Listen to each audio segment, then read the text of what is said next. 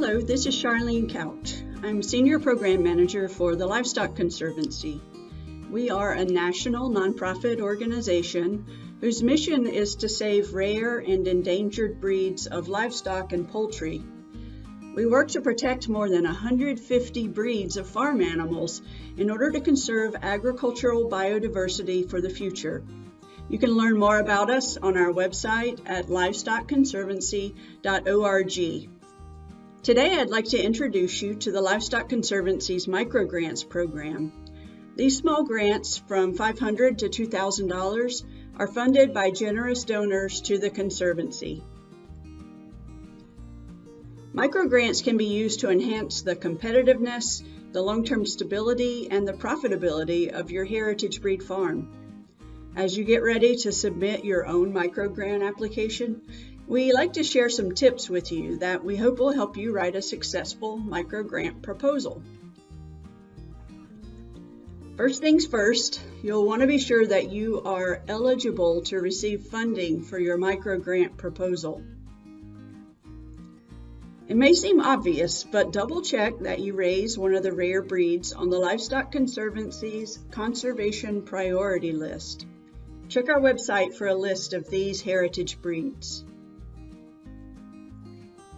To receive a microgrant, you must live and do your work within the United States. Next, be sure you can complete all parts of the application by the deadline. The deadline will be posted on our website. It's smart to read through the entire application before you get started so you'll know what to expect.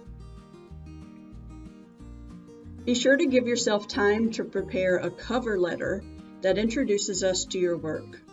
You will also need to provide 2 letters of recommendation from people who know you very well and who know about your work with heritage breeds.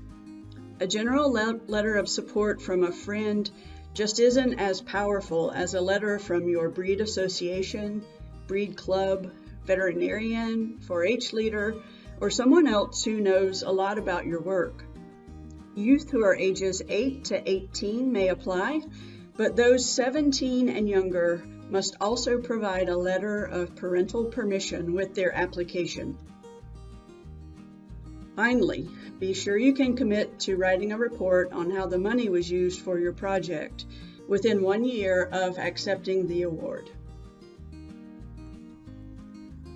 If you are eligible for a microgrant, your next step is to head on over to the Livestock Conservancy website. From the main page at livestockconservancy.org, click on the Resources tab near the top of this page. Select Microgrant Program from the drop-down menu, click the link, and you will be taken to this page. This is the Livestock Conservancy's microgrant page. Here you can read the instructions and eligibility rules, read about past winners, and begin to apply for your own microgrant. By clicking the Apply for Microgrant link, you'll be taken to our online grants platform to begin your application. So here are a few quick tips to consider as you begin writing your grant proposal. Remember, all of these tips are relevant not only for this microgrant application, but also for any other grant funding you may wish to pursue for your farm. Please don't wait until the last minute if you want to produce a successful application. Do your homework, read the instructions and the application, gather your materials, and get in touch with the people who will be writing your recommendations. They'll need time to respond. Be sure to clearly communicate your plan. Tell your story clearly, describe what you plan to do, and discuss how you'll complete the work. Think through why your project is important for heritage breeds. Then describe how your project can make an impact on your breed's conservation. Next, figure out what your project will cost. Be sure your numbers add up. Lay out your budget in detail. Document the prices and costs you'll have. And if you have additional funds to support the work, put that in your budget too. Now, how will you measure your project's success? Think about what the outcomes or the deliverables of your project might be. The judges need to know just what your project will accomplish for heritage breeds and how you'll measure those accomplishments. Don't forget to proofread everything. I find it helpful to ask someone else to read what I've written. Sometimes they'll catch things that aren't clear or to the point, and then you can fix it. Last but not least, please get your application in on time. Due dates can be found on the Microgrant website. Now I'll turn it over to Jeanette for a detailed tour of the online application process. Thanks, Charlene. Hi all, I'm Jeanette Berenger, and I will try and help you navigate through your actual grant application. Let's start here on our program landing page. Before submitting an application, you might want to see what kind of projects have won grants in the past years by clicking on the 2018 Microgrants Awards link and the 2019 Microgrants Awards. This will give you a good idea about what kinds of projects were the most successful out of the hundreds of applications submitted. Once you click on Apply for a Microgrant link, you will be directed to the registration page. Here on our registration page, you will need to create an account and agree to the terms of the program, which can be reviewed by clicking these links. You can also register with Facebook or Twitter. You must also agree to receive notifications from the Livestock Conservancy so that we can reach out to you if there are problems with your application or if your proposal was successful in winning a microgrant. Please be sure that your email is current. If you change your email before awards are announced, change it on your account so we can reach you in a timely manner. Once you've set up an account, you will need to read all of the instructions, then you can begin your application. Remember, you can only apply for one grant per cycle, so you will have to choose which program fits your project. On the entry page, you will have three choices: the Emergency Response Fund, the National Microgrants Program, or the Youth Program grants. I'm going to choose the top one here. Make sure you read through the details once you have made your selection so you're sure you're selecting for the right program.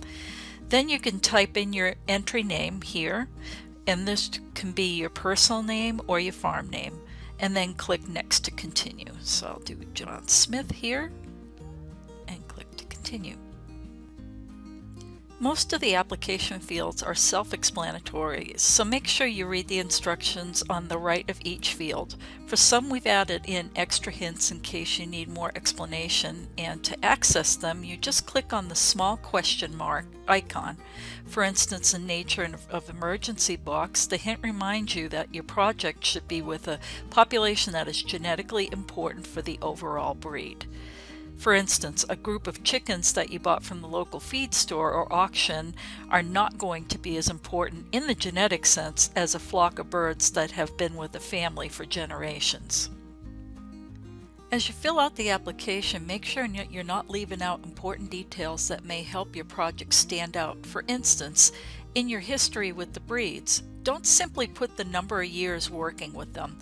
Talk about how and why you got started with them, how long you've been working with them, and your efforts to conserve the breed, such as breeding, showing, sharing stock, etc. The club and association participation section is very important as well. The Livestock Conservancy believes that club or group participation is critical in providing support in markets for breeds. This category is not limited to just breed clubs. If you participate in 4-H or FFA programs with your breeds, mention that. Be sure to mention that you've been an officer or an event coordinator for the group. Project goals is also very important, so make sure again you give details. Say you want to purchase electric fence to expand pastures for your rare breed sheep. Talk about the impact of the fencing, such as it creating improved grazing opportunities for your animals, or how it enables you to expand your breeding program with extra space. The timeline is another area where many applicants skimp on information.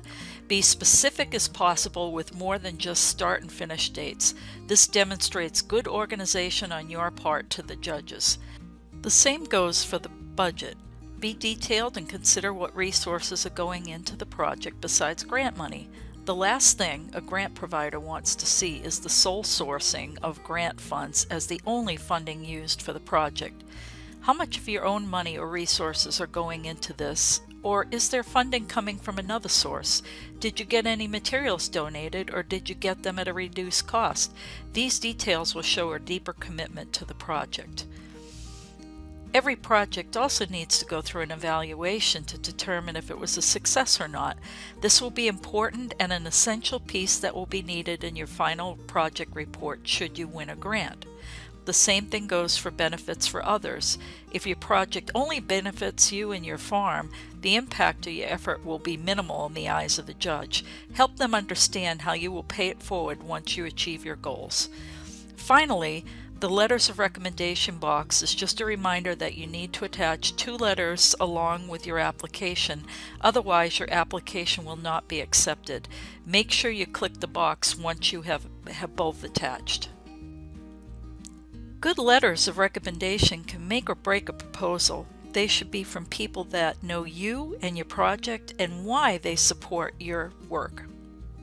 To add attachments, scroll to the top of the application page and go to the Attachments tab, which will enable you to upload documents, videos, or links to web content.